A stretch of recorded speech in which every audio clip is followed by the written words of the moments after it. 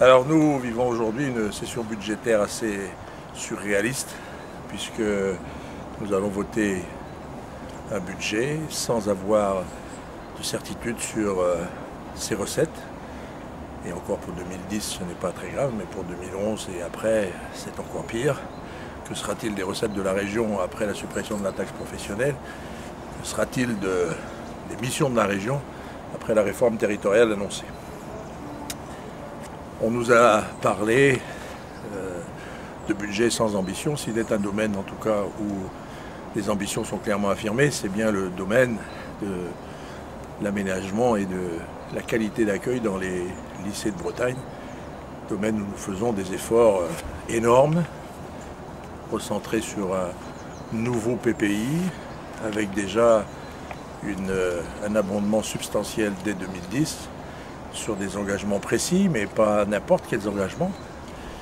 Des engagements où la réflexion environnementale est permanente.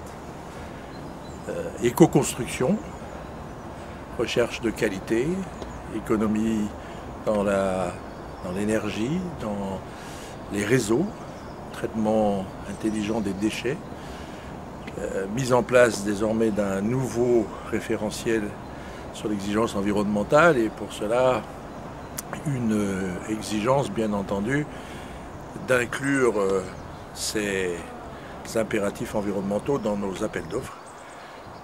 Mais pour que ces appels d'offres puissent porter leurs fruits, il faut que nos artisans, tous nos artisans puissent aussi avoir la formation nécessaire pour qu'ils puissent répondre aussi à égalité de chance sur ce domaine. Éco-construction donc, éco-gestion. Nous avons cherché avec les équipes des lycées à mettre en place une nouvelle forme de gouvernance basée sur la confiance, sur l'échange, une toute autre méthode de voir les choses, où chacun est associé, où chacun trouve sa place pour que toutes les démarches aillent dans le sens d'une amélioration de l'utilisation des deniers publics. Le label Qualycée est en ce domaine un élément non négligeable. Éco-nutrition également, nous faisons aujourd'hui le pari de l'amélioration des repas dans les lycées. Nous considérons que nous avons là un moyen non négligeable de réduire les circuits de distribution et nous pensons que nos lycées peuvent prendre une part non négligeable dans l'économie de proximité que nous pouvons mettre en place dans nos territoires. Il est évident qu'on ne pourrait pas aller au bout de la démarche sur l'accueil dans nos lycées sans parler de la prise en compte de nos personnels. On a beaucoup parlé ce matin de la façon dont le transfert des TOS a été fait par la loi de décentralisation ou de recentralisation, chacun l'interprète comme il veut.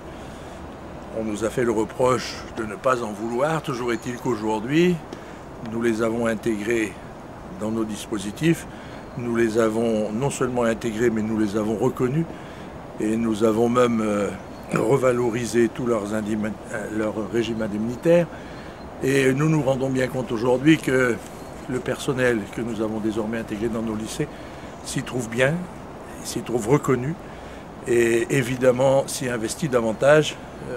Et nous avons là un maillon, je dirais, indispensable pour la qualité de vie et d'accueil de nos lycéens. Donc, quand on nous dit que nos propositions budgétaires manquent d'ambition et d'envergure, s'il est un domaine où les propositions du président recueillent le total appui du groupe socialiste et apparenté, c'est bien celui de l'investissement dans les lycées. Et je conclurai en disant que si l'on vit bien dans un lieu agréable, on travaille mieux dans un lieu accueillant. Et si évidemment un lycée accueillant ne peut pas supprimer toutes les causes d'échec, en tout cas un lycée accueillant est un outil et un encouragement à la réussite.